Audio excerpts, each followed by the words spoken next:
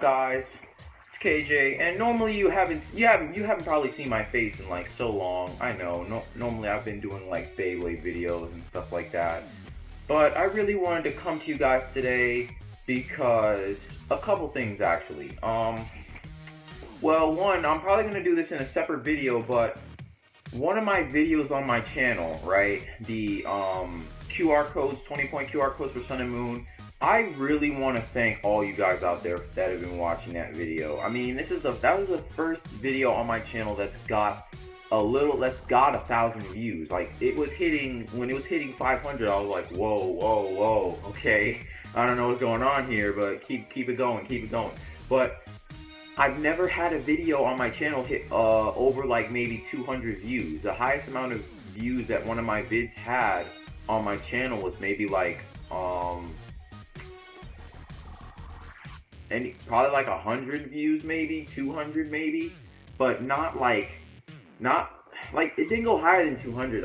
Because the midnight release of Sun and Moon, I think got almost 200, but I'm not exactly sure. I have to check my channel, right? But 1,000 views, like, you may be thinking, if you have more subscribers than me, or if you get more video views than I do, or maybe you don't understand why it's so important. Well, when you start YouTube, unless you have a viral video, you start off small, so you have to work your way up, you know, and seeing something like that really makes me happy, because it's like, okay, well, at least I know I'm actually putting something out there that people want to watch, or what people find somewhat important.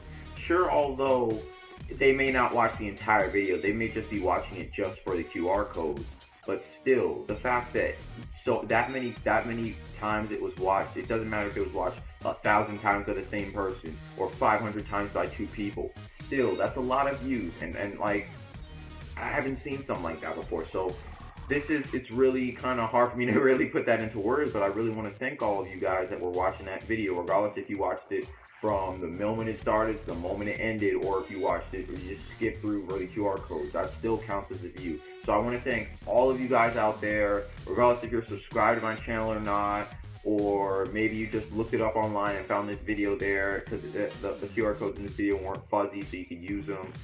I don't care. Regardless, I want to thank everybody, because this is, thank you for supporting me. My subscribers aren't like constantly on the increase. It's more kind of constant, maybe with some ups and downs every now and then. But I'm happy that I'm staying consistent, and I may not be gaining lots of subscribers, but at least I'm not losing lots of subscribers. So it's kind of like a win-win. Well, not really. I mean, more of a middle situation. But, well, honestly, once I get better materials, like, you guys probably already know this, but all these videos on my channel, besides the Wii U replays, those couple Wii U replays from Smash, and that's pretty much it. All the other videos on my channel are shot on iPhone, and this is the iPhone 6. So most people you may watch have a really good camera. They have a very good computer for editing. Most of the editing I do is on iMovie, and then I may make a thumbnail with like Canva or Pixlr. But that's pretty much it. You know what I'm saying? Also, recently I got a Twitter account. It is I'll actually put it probably in like the video here or something like that, but just letting you guys know, it's KJ, both of those are lowercase, _ ARCENEAUX00. Go down there and give me a follow, DM me, whatever you want to do, exchange friend codes, maybe we could play Smash, hit me up. I mean, if you want to trade Pokemon, I guess that'd be cool. I mean, I'm going to get into why I'm not really playing Sun and Moon anymore. You know, as of that QR code video, I wasn't playing Sun and Moon because I got in the Island Scam Pokemon and there was nothing else to do, because that's when Pokebank wasn't released. But now, since stuff has happened and Pokebank has been released, I thought I would be able to play the game again to get some Pokemon from other regions that I would normally be able to get in Sun and Moon. But, yeah, let's just get into why it all kind of came crashing down. Alright, so pretty much the reason why I actually do not play Sun and Moon anymore is because of this. I don't know if you can see that. I don't know if you can see it, but it's called Powersaves. You use it for your 3DS. You plug the 3DS game in here. You put this side, the USB side, into your computer. Okay, let me take you back. Let me take you back. Okay, so it was 2013 or 2014. I was playing X and Y, and I had beaten the game, and I was kind of like, hey, why don't I get some rare candy so I could level up these Pokemon? Because the places that you could level them up in the wild were just a little too low for my standards. I don't like, the only time I really grind in games is if I have no other choice to. But with the 3DS games, ever since I had Action Replay, I knew what Powersaves was.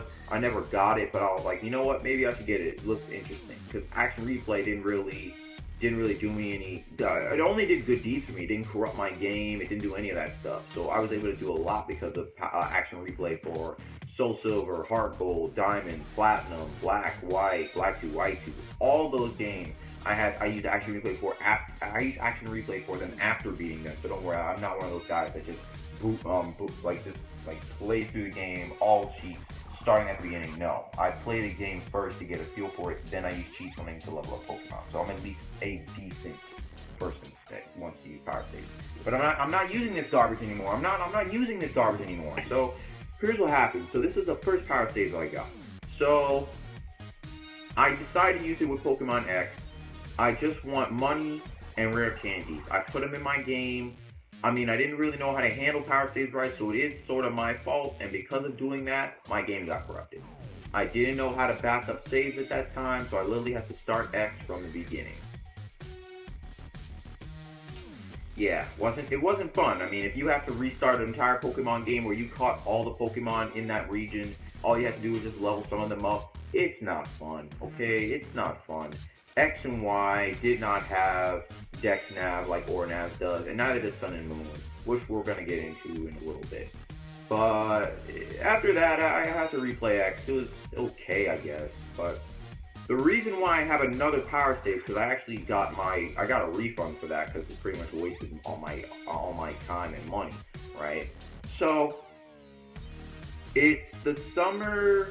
No, it's like summer 2016, right?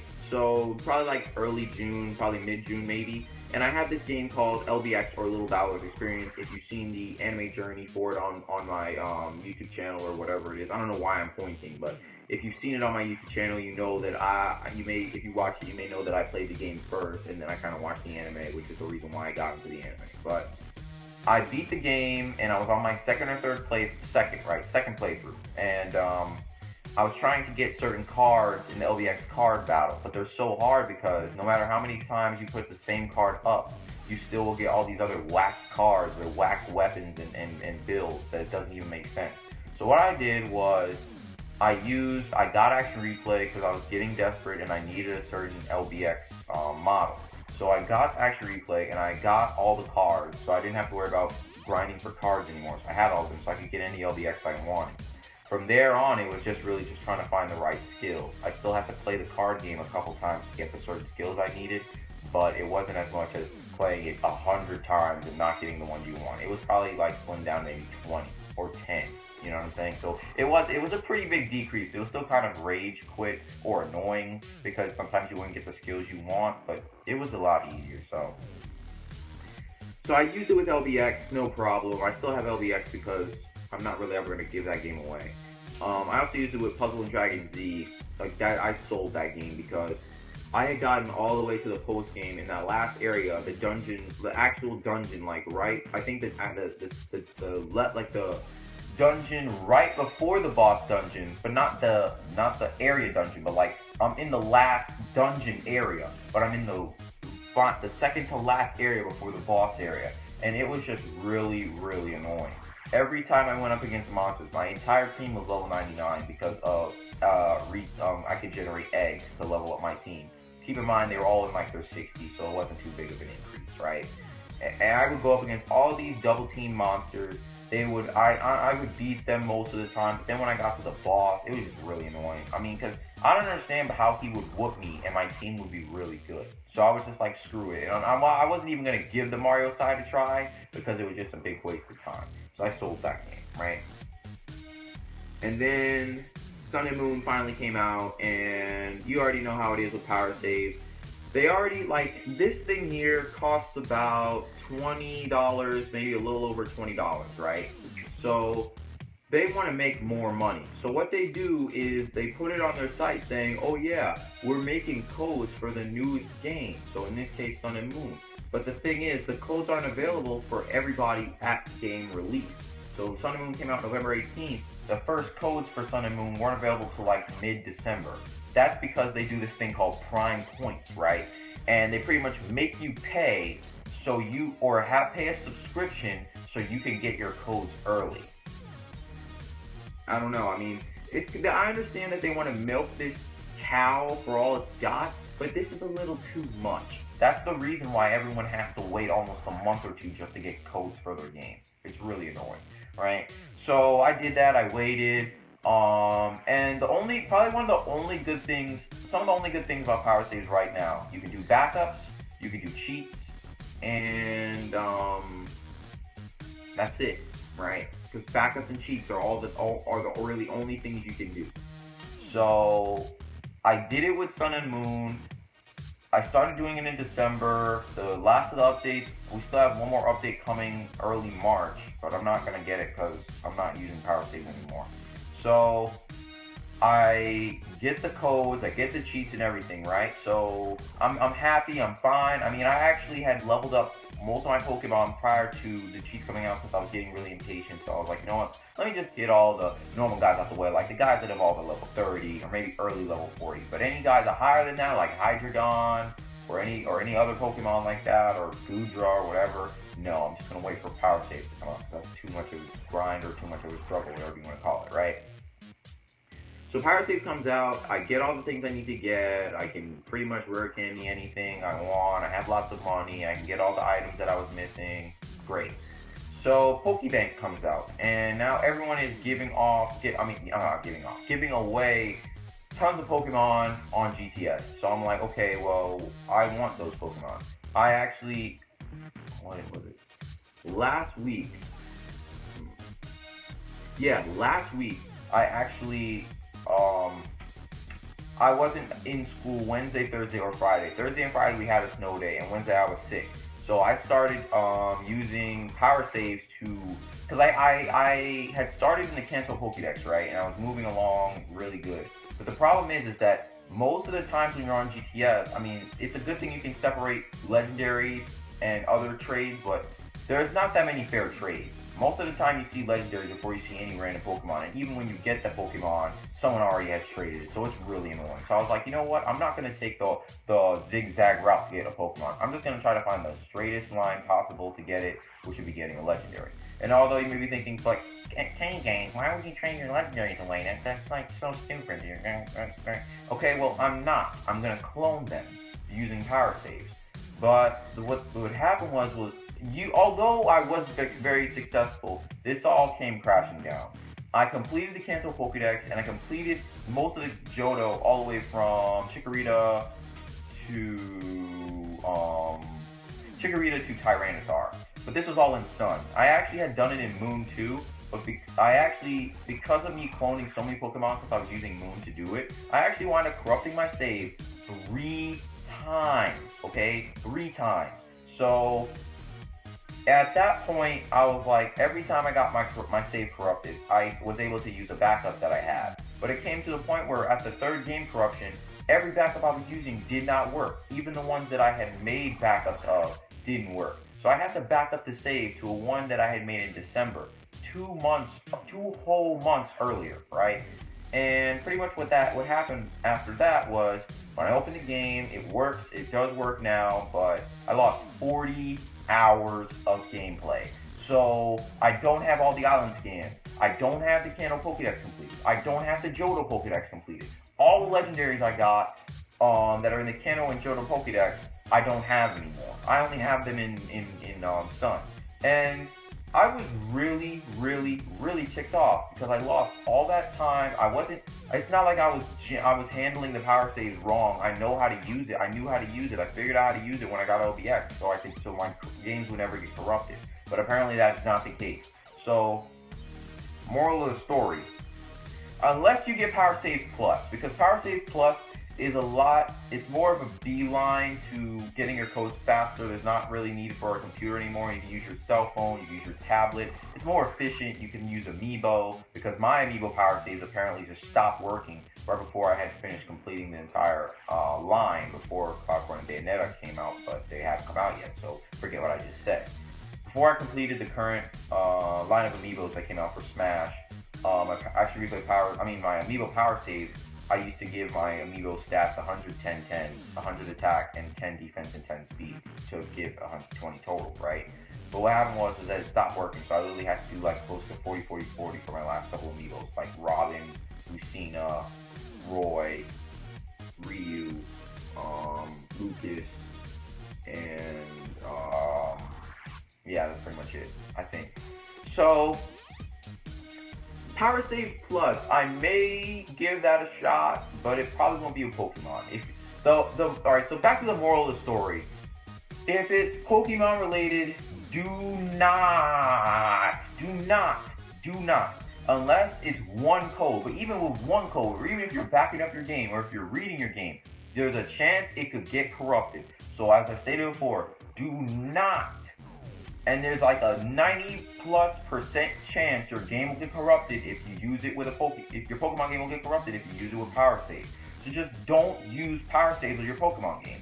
All the other minor games, not minor but not as important, like games like LBX, Puzzle and Dragons, Dragon Quest, those games are less likely to get corrupted. In fact, I pretty much got codes for Bravely Second In Layer, Dragon Quest 7, LBX, Puzzle and Dragon Z. It's games like that you can use codes with, just don't use it too much. But you can use codes with them and it will have a very low chance of getting corrupted.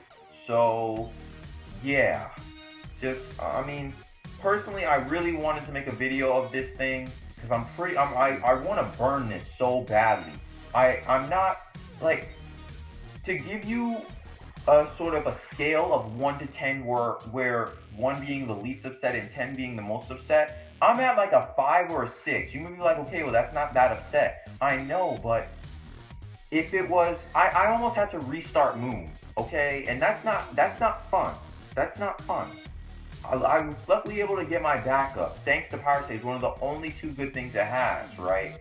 But it's pretty much a double-edged sword. If you do it, you're pretty much endangering yourself. When the thing supposedly says, oh yeah, they never say anything about game corruption. It's like every time you see those commercials on TV, they have that little white writing in the corner, like, oh, there's nothing this is all exaggerated, or blah, blah, blah. Like, you never read that stuff. So when you get the actual product, you may get disappointed, or you may be fed up because it's not what you originally envisioned it to be, right?